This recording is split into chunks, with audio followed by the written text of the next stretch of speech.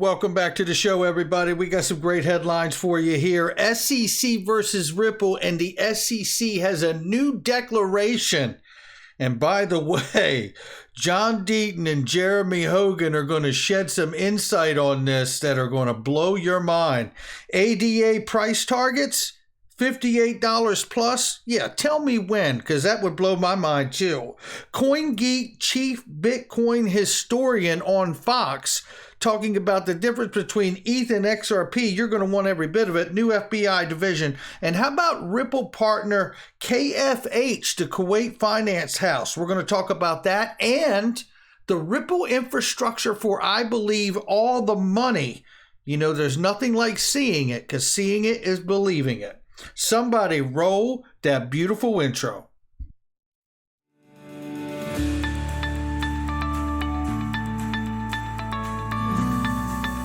Digital Perspectives with Brad Kimes. Come on in.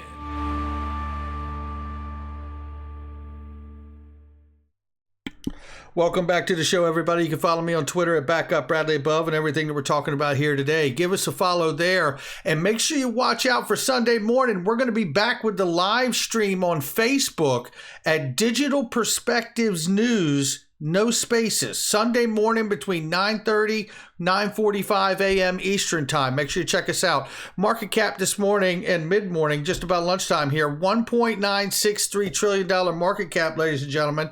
It is February 18, 2022. Good Friday. 2.81%. We are up. We were off this morning, but we're trying to recover. The market just doesn't know where it wants to go. It's about as sure as where it wants to go as the U.S. government with regulatory clarity. Oh, I'm here all day. Try the veal. While we're all losing money, we just will laugh a little bit. 40,200 plus on Bitcoin. Ethereum's $2,800 right now. XRP is 76 cents. 4.76% off on the 24-hour, 5.31 on the 7-day. So you know what that means. Most of the loss is in the last 24. Looking right here, we're ranging between 75 cents on the bottom and 81 on the top. We'll keep an eye on it. Ladies and gentlemen, if you're going to be online, if you're going to be having your crypto accessible online, one of the many different layers of protections I am using is Pure VPN. Yes, leave no digital traces of your identity online. That's the big appeal to me. That's one of the many different layers of protection I use. If you click the link at the top of the description or comment box, you can get 24 months at 82% off for just $1.99 a month. Make sure you check that out and all the links in the description and comment box. Let's get started. Finders FinTech Specialist says Cardano ADA will hit $2.79 by year end, $8.15 by 2025, and $58 plus by 2030. Now, I don't even want to tell you how many Cardano I had back in the day when I was on Binance Malta. For those of you remember back prior to having to get off of there if you were a U.S. resident. This was back in 2017. Oh my gosh, I had a lot of it. And when they forced us to get off of that Binance Malta platform if you were in the U.S., I converted everything to XRP, which I'm very happy about. But, you know, obviously I got rid of my position in ADA, and then I got like a small position back. And then, as we know, ADA went up over $3. And if I had remained in that position in Cardano, it would have been remarkable. But, you know, there again, you know, you never know these things. I try to put a lot of nets in the water, and sometimes you just get caught when you consolidate. But looking right here, this is a situation, ladies and gentlemen, that I just don't think is going to get any better, but it is getting bigger, right? And I tell you, I think, you know, a good friend of mine said, you know, when things happen, you can either be one or two things, better or bitter. Yeah, shout out to Mark H for that one. And he's right. And in this situation, I think this one's going to end up being bitter. And I don't want it to be, but 3 U.S. senators distrust the adoption of Bitcoin as legal tender in the Central American country, El Salvador. And the president responded, El Salvador is not a colony of the United States. But remember, That's not the issue for me. The issue for me is that he's getting a lot of attention, and it's negative attention, not only from the United States, but from the IMF, who have shot a couple across his bow saying, do not make Bitcoin legal tender, and he did it anyway. I don't know. I think there's more to come on that. I don't think this is done by a long shot, but we'll keep an eye on it. And this isn't done by a long shot. This is the SEC versus Ripple. We now have the declaration of Melinda Hardy. And I think we're going to have it explained best. Shout out to TAIG for this one and all the redacted information.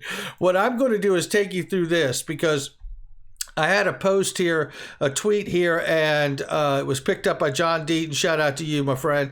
And first of all, I said SEC's Melinda Hardy's declaration, number 8. I clued in on this, and I'll tell you who else got zeroed in on this too, was an old Hall of Famer from this channel, Kwee LaRue. That's right. And we both saw this and it kind of stuck out to us.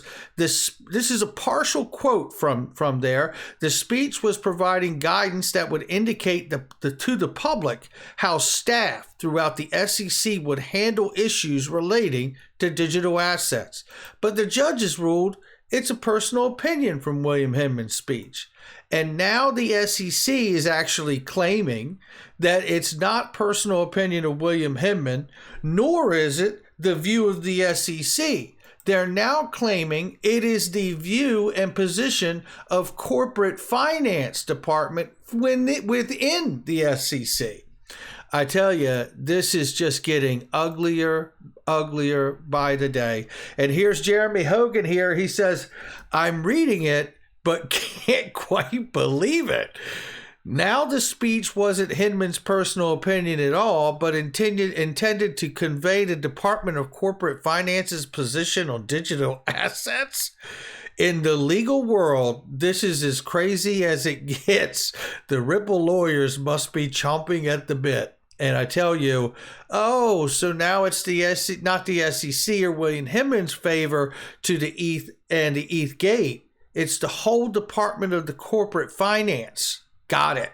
This is exactly what they're saying here. You don't have to be a lawyer to understand this. Although we're very grateful for the lawyers that actually share their insights, because I tell you, this is something to follow. But if it's not William Hinman's personal opinion, if it's not the opinion and viewpoint of the SEC as a whole agency, but now is in fact the view and position of the Department of Corporate Finance, now they're claiming, the SEC lawyers are literally claiming that it is the Department of Corporate Finance's position that has created favor for one particular network, which is Ethereum, which is really ETHgate. That's a problem, ladies and gentlemen. That is a huge problem. And I hope that we see this new division created by the FBI, NCET, I hope we see them pick up ETHgate as their first case. You know, there's even more here. In honor of the SEC's 180, John Deaton shares another tweet here from back in December, and it's this. It's Title V. And Title V says the use of public office for private gain. You know, this is a problem. This is a real problem, ladies and gentlemen, and it's a real problem from William Hinman. Oopsies. SEC that said it's his personal opinion. You provided and profited off your personal opinion from your very public seat. How does it feel not having a friend at the SEC? You've been sold to the state, as they say. And that's exactly what's happened here. They've had William Hinman sign affidavits claiming he's anywhere near the SEC. He just used to eat lunch here. Right? He's just some guy who used to clean bathrooms here. He signed sworn affidavits. That is not the opinion of the SEC. It's the Department of Corporate Finance now. It's not even William Hinman's opinion. I tell you, what a mess this is. What a mess this is. Well, speaking of a mess, we try to clean it up by bringing in, pundits and experts from around the digital asset space. Fox has done exactly that. They brought in Kurt Werkert Jr. on Fox Business. He is a CoinGeek Bitcoin historian. And in this 40-second clip, they ask him what's the difference between Ethereum and XRP. And you know why they're asking, because over at Fox, they understand what they're onto here. Take a listen. Is there some difference between Ether and XRP? Not in my opinion, no. Ethereum was issued in a crowd sale. It was arguably the first ICO. We've heard from Vitalik Buterin and Joe Lubin on stage that they issued it the way they issued it in order to raise money so they could create Ethereum 2.0. And if you recall, this whole thing that Ethereum is not a security is based largely on the opinion of Hinman, who basically said it just barely made its way through because of proof of work, which is something we know is on the roadmap of Ethereum to get away from. So I think the argument that Ethereum is not a security is a paper-thin argument at best. Oh. Yeah, well said, Kurt. I tell you, well said. Thanks to Kurt for coming in and clearing that up. Now, with that in mind, I do have to say, and this is not to be combative because we appreciated Kurt's opinion and I agree with it broadly, but here it is. Is there a difference between XRP and ETH? You bet there is. XRP did it the right way and ETH got a free pass. In short, that's what the hell we know about that. But it gets better because hopefully, and look, I'm a glass half full kind of guy. Let's hope that the new Justice Department, NCET, decides to pick up Ethereum as its first case, because it is not just a civil matter for the SEC, ladies and gentlemen. Oh, no. We're talking about disguised accounts and identities in order to make the Ethereum network appear to be more decentralized than it probably actually is. That's criminal. Yeah. Somebody get out those silver bracelets. Yeah. We need to get this going here. Seriously, there's a real problem here. You want to restore integrity back into the SEC. You don't do it by trying to say it was his personal opinion, it was the agency's personal opinion, now it's just one division's personal opinion. Let's start arresting people. I bet we figure out whose opinion it is in. Yeah, let's start doing that. No more golf on Saturday morning. You're going to jail. And I bet we start getting to the bottom of this real quick. All right, let's change gears here. Let's look at the bright side, because there is one. And it's coming here this morning from Fame21 More, XRP Darren. Shout out to you. You should be following him if you're not. KFH, Kuwaiti Finance House, provides several distinguished digital services, swift transfer of funds to KFH, turnkey using RippleNet, digital wallet service, smart mobiles, and watches, which provide the latest smart digital methods in collaboration with Samsung, Fitbit, Garmin, and many other e-banking services. How about that? All tied back to RippleNet. Come on in. All of this made me think about what I have been showing you from the Sunshine Meeting Act and what we're hearing from the SEC itself. They have recently voted to unanimously shorten the settlement time for derivatives and securities transactions. And they are going to explore using distributed ledger technology to do so. I do not find it very hard to believe or out of the realm of possibility that XRP Ledger, which is a decentralized exchange to the world, could play an important role in helping solve that issue and get that shortened settlement times.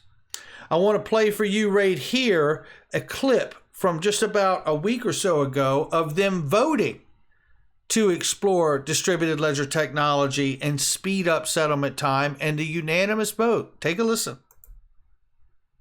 The ever-increasing pace of advancements in technology, including distributed ledger technology, further shortening the standard settlement cycle in the near future may be both desirable and feasible. Indeed, some such efforts are already underway. Okay, so she just said distributed ledger technology, and indeed, some such efforts are already underway. Keep listening. Today, we do have those technologies not only to shorten the settlement cycle to 1 day, but also to shorten key elements of what's called the clearing process, that which goes on before. Also, I think rather important. It requires 3 important steps in that clearing process. the back office plumbing process of affirmation, i.e. to fully automate transaction processing. So now we're talking about the back end plumbing and to fully automate the transaction process. Keep listening. Again, lowering risks in the system. Now, separately, the Commission is also issuing a robust request for comment around areas to consider with respect to potentially achieving same-day net settlement in the future. Net, because it's still netting positions, but possibly moving the money, moving the securities in the evening or end of day. Really quickly, we know that the XRP ledger can settle transactions within 3 to 5 seconds, but you remember there's still legacy systems that are connected from one end to the other with something like the XRP ledger or some other distributed ledger technology in between it. Keep listening. Technology actually exists today, not just for same-day affirmation, confirmation, and allocations, but even for same-day settlement. How do commissioners vote on the division's recommendations to amend the Securities Exchange Act on clearing and settling? Yes. Yes. Yes. Yes, the recommendation is approved unanimously. And there you have it. They have approved the vote to shorten the settlement time and to explore the use of distributed ledger technology. Like, again, it is not out of the realm of possibility to look at what the potential of using the XRP ledger could do to help and aid in that settlement. Okay, now look, let's talk about this because, again, we're talking about here when I don't know about you, when I think about market infrastructure and how we hear about all these years Ripple has been building the market infrastructure, and I think about literally plumbing pipes, to kind of get my mind around these things, cables being run, and but we know that there's satellites and all of this business being used in place of these things. But nevertheless, a visual really helps me, and let's see if we can get it up here. Take a look at this. So when I think about it, I'm thinking now more in a macro sense and not just like plumbing pipe from one bank to another bank, bank A to bank B, which certainly is a very real thing. But let's think about the infrastructure in the macro sense here. Look at SWIFT. SWIFT is really being dismantled by RippleNet, and the fact that all the banking partners that use SWIFT are now on RippleNet. They're still using SWIFT, but I think there's going to be a tipping point where RippleNet could become the digital arm of SWIFT, whether it's a merger acquisition or some kind of a collaboration that takes place. I think it's something to really consider because SWIFT doesn't have the GPI that they offer as a new solution is not a solution. It cannot do what RippleNet can do in settlement. But then you have to have, if you're going to have RippleNet and a new digital arm for SWIFT, you're going to have some kind of new digital arm and settlement for clearinghouses, because clearinghouses go with SWIFT and they work hand in hand. You can't have one piece of this puzzle digitized and tokenized and the other not. So is it possible that PolySign becomes a digital side for settlement for the clearinghouses, the Depository Trust Clearing Corporation? I'm speculating here, obviously. But how far off are we before we're able to put a check beside SWIFT and RippleNet? I don't think very far. How far off are we before we can put a check beside PolySign being the digital arm to help the clearinghouse that does $1.6 quadrillion a year in settlement to be able to transition to the digital age? And how far off would we be before we could put a check here that Ripple and the fact that there is 45 to 50 billion XRP in escrow could become the backstop for the Federal Reserve and all that money that's been printed, putting us in an extremely vulnerable position because of a liquidity crisis and a global shutdown because of a pandemic. That's going to do it for me. Before we get out of here, in case you didn't see it in this morning's video, the points to pay attention to going through the weekend: support lines for XRP, 74 cents and 70 cents. You know it's 65 cents below that. We're looking for $1.23 and $2.03, $3.36 and $4 plus on the high side. All these targets according to technical analysts, including CoinsKit. Give them all a follow. They're really wonderful the way they share their information.